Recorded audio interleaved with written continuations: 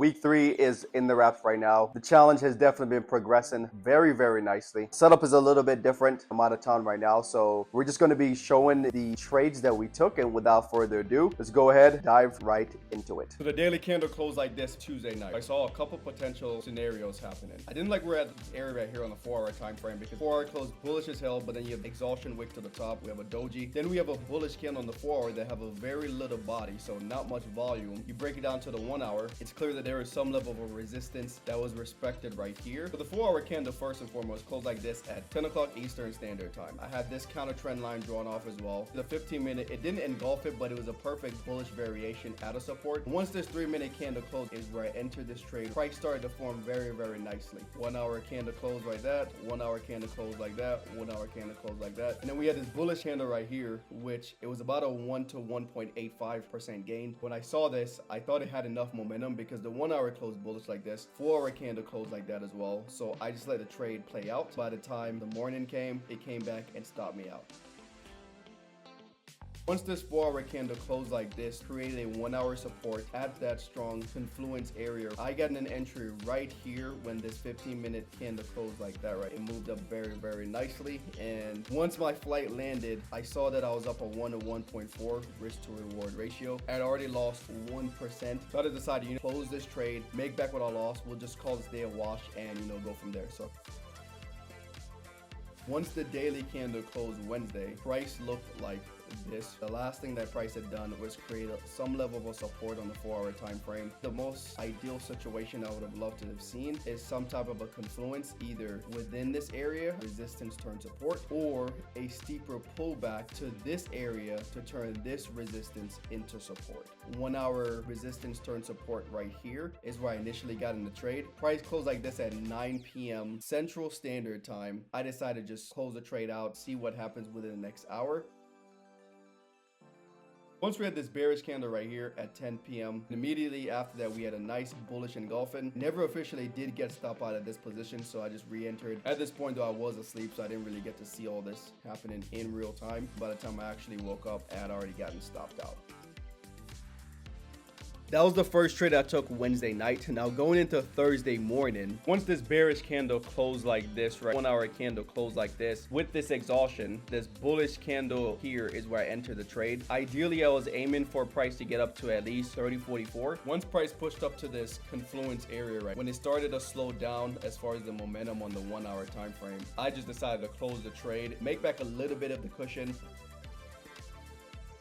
Essentially, that was all the trades that I took from Wednesday evening into Thursday morning. Once the daily candle closed on Thursday, I definitely did see this area as being an area that could transition from a head and shoulder pattern right here if we get a bearish candle right here. But also based on the 1-hour time frame, it looked like it could have enough momentum to at least try to push price up to the 29.50-ish range. By the time the market opened, we had this push right here, which is clearly a nice little 15-minute bullish candle closing above that resistance point. So I saw that as, okay, we at least can have enough momentum, push us at least to 29.50. That'll be at least a nice little 1-to-1. Eventually got stopped out.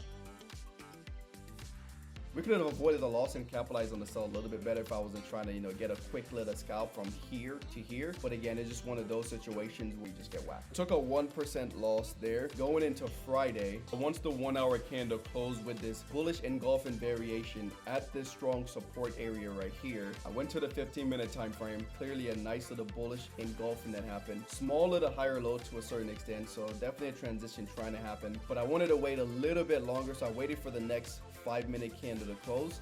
And once this 5-minute candle closed like this right here, I got in a trade opportunity right then and there. Once price pushed up here, closing at a 0.5% gain.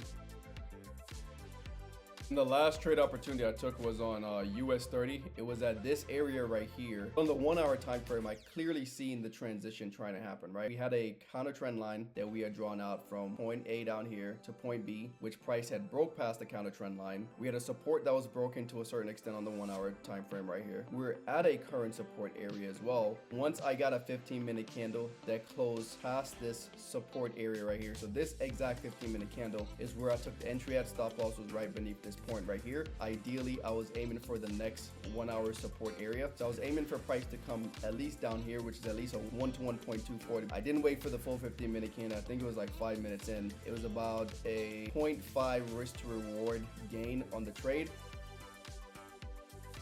With this 0.5% gain and the 0.5% gain on the previous gold trade, both combined made back the loss I took initially the night prior on gold. Plus it was also Friday. I just decided to just close the trade right then and there, call it a week. The top tier 300k account is back to the 4.25% drawdown, so definitely getting closer and closer to that green zone. The 100k challenge is at the 8.62% drawdown. 200k account is at the 4.02% drawdown. So Blue Garden account, as we can see, the first account is at 4.05% drawdown. The second account is at 4.43% drawdown. So yeah, thank you for tuning in to the channel and to the docu-series, man. I will be posting all the trades that I take throughout this challenge, bringing these accounts back to break even, to getting funded, to getting a payout, just showcasing, you know, it's not over until it's over. Now, obviously, we still got time. Anything can always happen, but like I've always said, I definitely have the intention to bring these accounts back to those good standing, but I'm also not attached to whatever the results may be. Whatever is going to happen is going to happen. I just got to control what I need to control. Thank you for tuning into the channel. If you're new, make sure you go ahead and hit that subscribe button. Click the notification bell so that you are notified